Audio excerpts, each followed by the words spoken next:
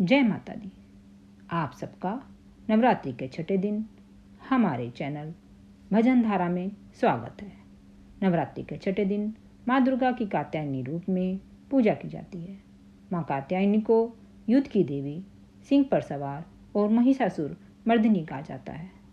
पौराणिक मान्यता के अनुसार जब अधर्म और अन्याय चरम पर पहुंचता है तब देवी शक्ति का अवतरण होता है। माँ कात्यायनी ने असुरराज महिषासुर का वध कर देवताओं और समस्त लोगों को आतंक से मुक्त किया।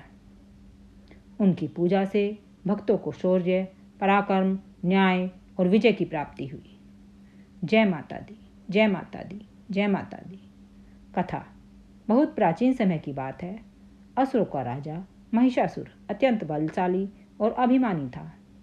उसने कठोर तपस्या करके भगवान ब्रह्मा से वरदान प्राप्त किया कि कोई भी पुरुष उसे मृत्यु को प्राप्त नहीं कर पाएगा। यह वरदान पाकर महिषासुर अत्याचार करने लगा। उसने इंद्रलोक पर आक्रमण कर दिया और देवताओं को पराजित करके स्वर्ग का अधिपति बन बैठा। देवता भयभीत होकर भगवान विष्णु, शिव और ब्रह्मा के पास पहुंचे और सहायता की प्रार्थना की।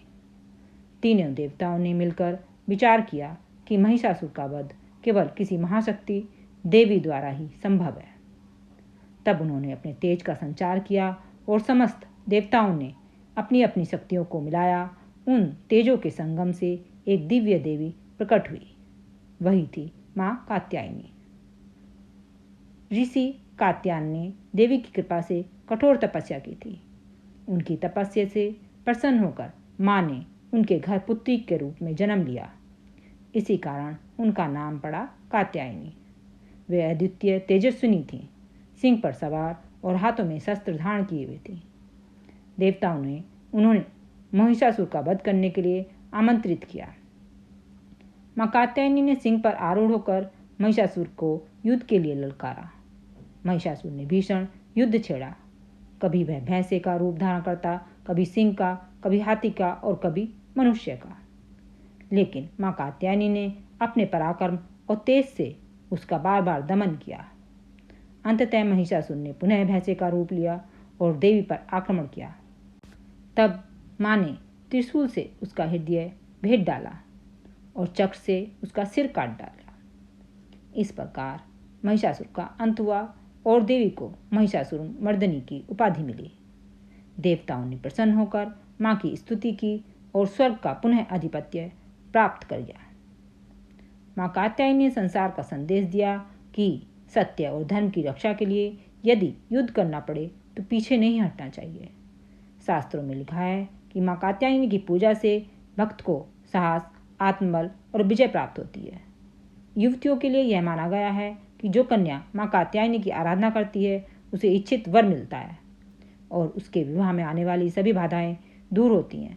माँ की उपासना से जीवन में दृढ़ निश्चय, शौर्य और धर्म पालन की शक्ति मिलती है। जय माता दी, जय माता दी, जय माता दी।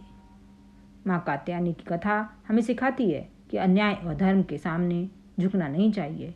धर्म की रक्षा के लिए संघर्ष करना ही सच्ची भक्ति है। नवरात्रि के छठे दिन माँ कात्यायनी की आराधना करने से भक्त के जीवन में साहस, सफलता और विजय का संचार होता है।